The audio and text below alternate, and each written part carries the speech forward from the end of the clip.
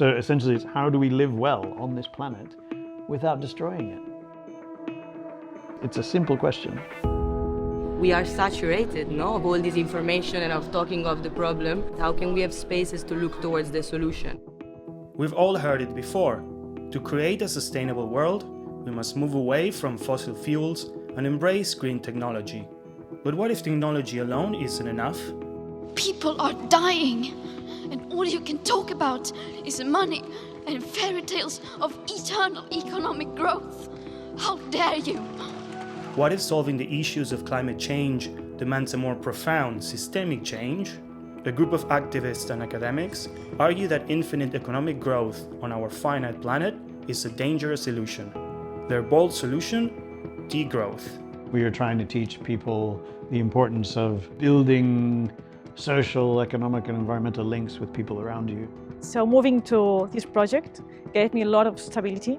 I know that I'm going to have here 40 people that will be there for me. It takes two kinds of work, no? It takes social, political, organization work, but also it takes a cultural shift. Is it time to embrace more radical solutions, or are we risking too much? All of our experience historically has been that if the economy shrinks for a period of time, that results in big increases in poverty. I think degrowth underestimates the power of innovation.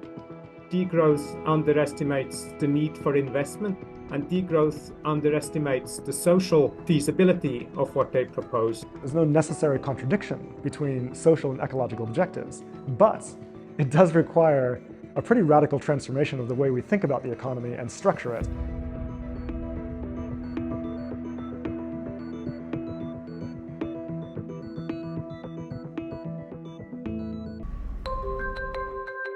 In 1972, a group of researchers published a book titled The Limits to Growth.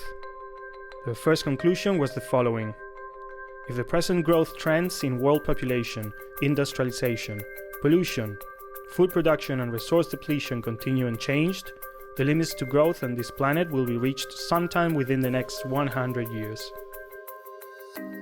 The book sparked a heated debate at the time, but also inspired a generation of scholars who started questioning the benefits of an ever-expanding economy. Professor Joan Martínez Celier is considered one of the godfathers of degrowth and the founder of the Barcelona School of Ecological Economics. He began writing about the links between the economy and the environment in the 80s. Economic theory was based just on prices and markets and not on the real substance of the economy, which is the material flows and the energy flows.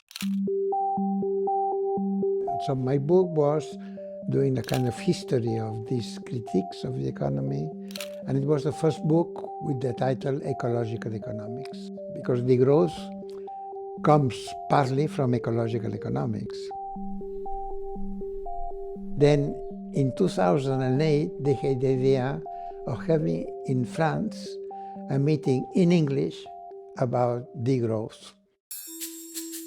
The degrowth movement, which began in France as décroissance and was inspired by thinkers like Serge Latouche, is now spreading worldwide, becoming popular in countries like Japan, the UK and Spain. In Barcelona, it is being embraced by academics, grassroots movements and activists. Degrowth is a radical proposal to, let's say, pull the emergency brake on a train that is going to the precipice. So it's a call to stop this pursuit of endless compound geometric growth for growth's sake. What isn't, it isn't like a call to destroy the economy, it's not a call for permanent recession. It's a call for doing things differently and in a way that human needs come first, human and ecosystem needs.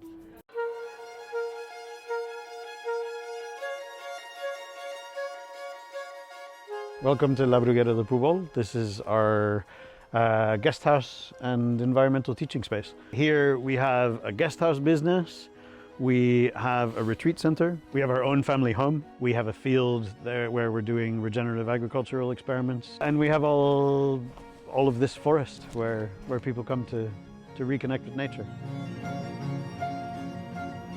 So we're really transparent about how we run this place on the principles of degrowth and the principles of permaculture. We like to convey the idea that an abundant life doesn't necessarily have to be one that's full of consumerism and loads of stuff. So it does demand a lifestyle change, but it, in theory, shouldn't be one that bothers many people. But it's getting people out of what is basically a trap. And one of the main traps we are in now, degrowthers argue, is actually the very way we measure our economies using GDP or gross domestic product. Yeah, GDP is interesting. It's a really bad measure of an economy. It counts the market value of everything that we produce, but it does not count the social and ecological costs of production.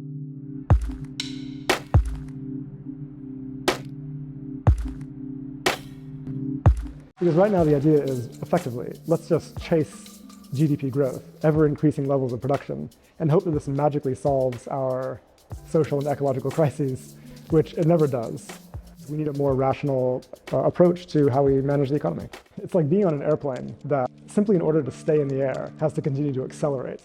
I mean, you don't want to be on that machine. It's extremely dangerous.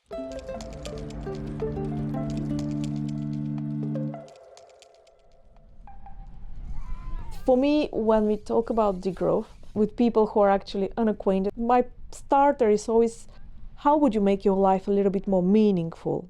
And meaningfulness is very much obtained through our kind of nourishing empathy, helping others. Many groups don't necessarily tag themselves as degrowth, but you would see that their agenda, their way of being, and their kind of overall framework of reference is very much the one of degrowth.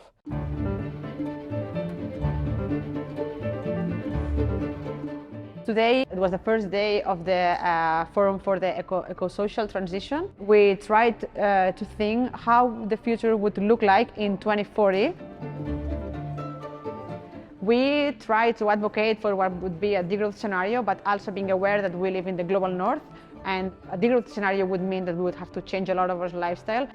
Advocates of degrowth believe that rich countries use more resources, which hurts the environment.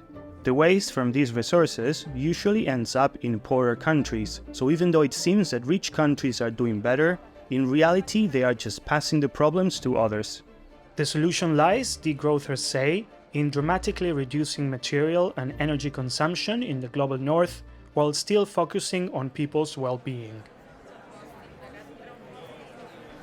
So Catalonia is a place where there's a story of the existence of cooperatives, which are economic enterprises that are not based on profit making for the accumulation of benefit, but actually they try to do their activity with the goal of satisfying need. We see this as a growing tendency. A clear example is the housing sector. Here, for example, it's quite a new tendency and it's growing a lot, definitely showing also that alternatives are possible. Proponents of degrowth argue for a democratisation of the economy and for collectively managing key resources like housing. They propose scaling up existing solutions like housing cooperatives. I'm going to show you my place. There we are. So basically when you get in, you already have kind of the living room together with the kitchen. So all the apartments have an open kitchen. The bedroom with a lot of light too. So basically, you have the right to use it for 75 years. And the good thing is that it's kind of protected. So in the sense that since I am not the owner, I won't be able to sell my apartment like in a couple of years, so that we cannot speculate with housing. So this is one of the biggest common spaces that we have in the ground floor. So basically here we do assemblies, we do birthday parties, we do dinners. Apart from reducing the impact of energy and material-wise, we are also bonding community strengths. We are basically being more autonomous and working for getting that autonomy, which allow us to be less in the market system. So basically the architectural firm is a cooperative, also the construction company that has built this building. And the way that this works is that you are basically only paying for the material price and the salary price. There is no industrial benefit on that because it's for non-profit. That's what we call the library of things. So we have many kinds of different things that we use from time to time. So we share them here. We have them here. If we need them, we take them and we put them back. Normally in conventional apartments in Barcelona, what you get, is kind of a narrow corridors. While here, that's where you have like the entrance doors to all the different apartments. So it's really a place where kind of life in community happens a lot.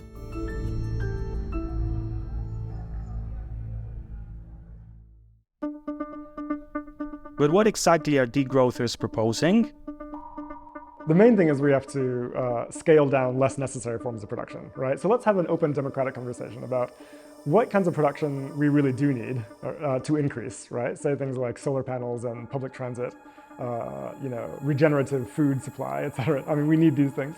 And then what forms of production are clearly destructive and actually not necessary for our society, right? So SUV production, private jet production, industrial beef, fast fashion, advertising, the military-industrial complex. I mean, there's huge portions of our productive system that are mobilized around goods and services that are actually not necessary for society and mostly exist to enrich elites, right? Spending less on defense would, of course, prove controversial, and this approach would cost jobs. Jobs like the one Mike left behind. This is something that we scare our guests with. In the supermarket, the mushrooms, these kinds of oyster mushrooms that you'd get there are almost always grown in grow bags. And we can make this happen completely naturally.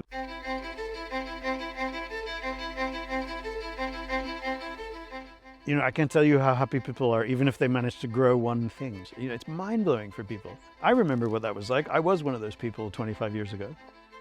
I worked for almost 20 years as an urban designer. I wasn't blind to the fact that I was blatantly working within the real estate system, even though I was, a sustainability consultant.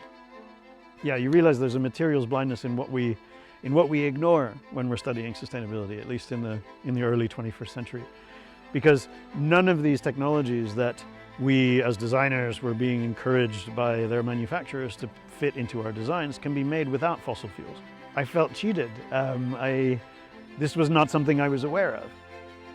We're fighting against the idea that green growth is possible. We are trying to highlight that a bigger change than perhaps most people are comfortable with immediately is what's required.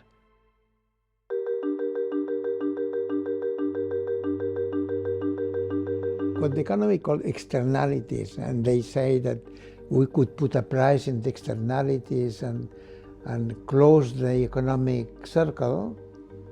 This is just imagination. This is not like this physically. And the calculations that we have is that only 10% of materials or less are recycled.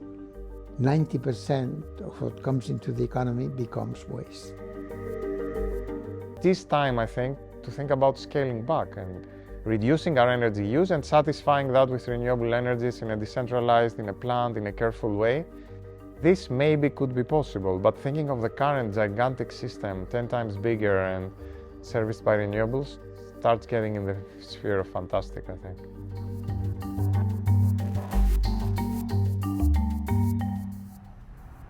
Degrowth economics champions social justice, arguing that market demands and social inequalities fuel the issues around climate change. It also argues that relentless global growth in production and consumption is not just unsustainable, but economically disastrous, especially for the most vulnerable. So I teach people in the masters at ICTA and the Degrowth masters, and I see that young people of 20s are much more aware of the tight linkages between what's happening in terms of environmental degradation, in terms of climate change, and social inequalities and injustices at global and local levels. So I think that awareness has increased tremendously, and that's why these fields now are becoming more prominent and people want to study and learn more. There's a mix of excitement and stress and chaos. And passion. And a lot of passion. A lot of passion. Yeah, a lot of passion. Right now we are very, very close to opening the exhibition, which is our final project of the master in Degrowth. Wow, yo quiero conocer al artista que está detrás de esto. We have been working on creating an exhibition that is based on social transformations. How do we engage more people into joining actively or emotionally with social transformations into a more just and equal world. I did an investigation about people's opinions around the topics of degrowth. I found that many people were also very in support of degrowth and these ideas, but I also found that maybe many people don't really grasp how much of a change that would entail, and also what their own tools are of like changing something. Look at what we have. Wow. We think that one thing that's hindering social transformations is a lot that people are afraid of many things, afraid of change, afraid of destabilizing their lives. And we always ask them one question is, do you feel secure? And that always ended up opening a conversation about what causes a form of security or insecurity, and always what they related that to.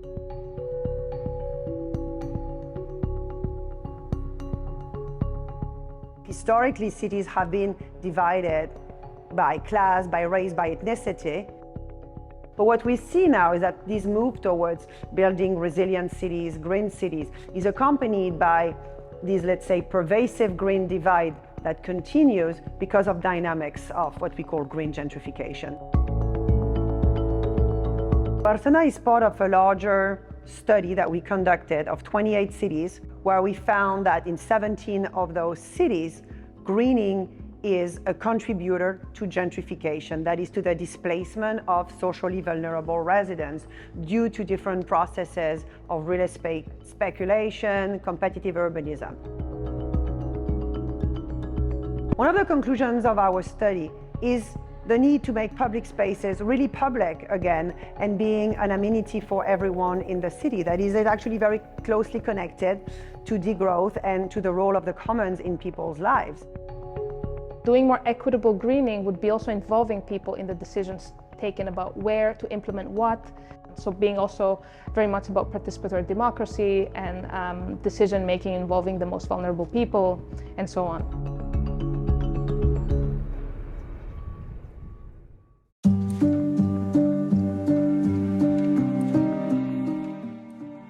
Critics of degrowth argue that it would cause huge changes to society and that it would make people worse off.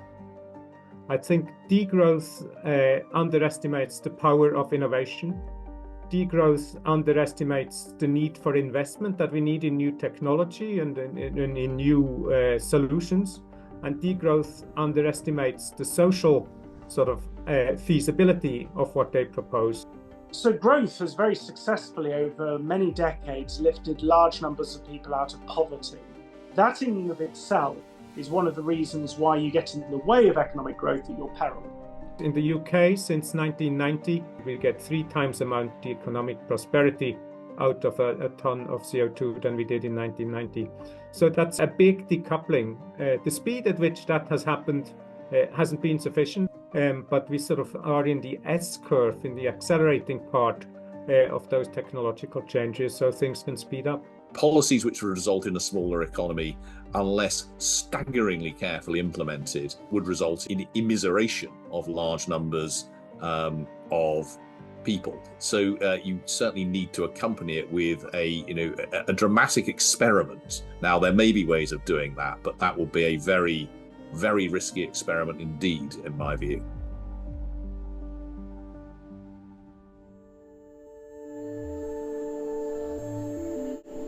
Reducing your own material consumption, not throwing good food away, and these kind of things are very much ingrained in for everyone, kind of, but that this might need systemic change, that needs to be politically activated, or that needs stronger political participation. That was not so often in people's minds.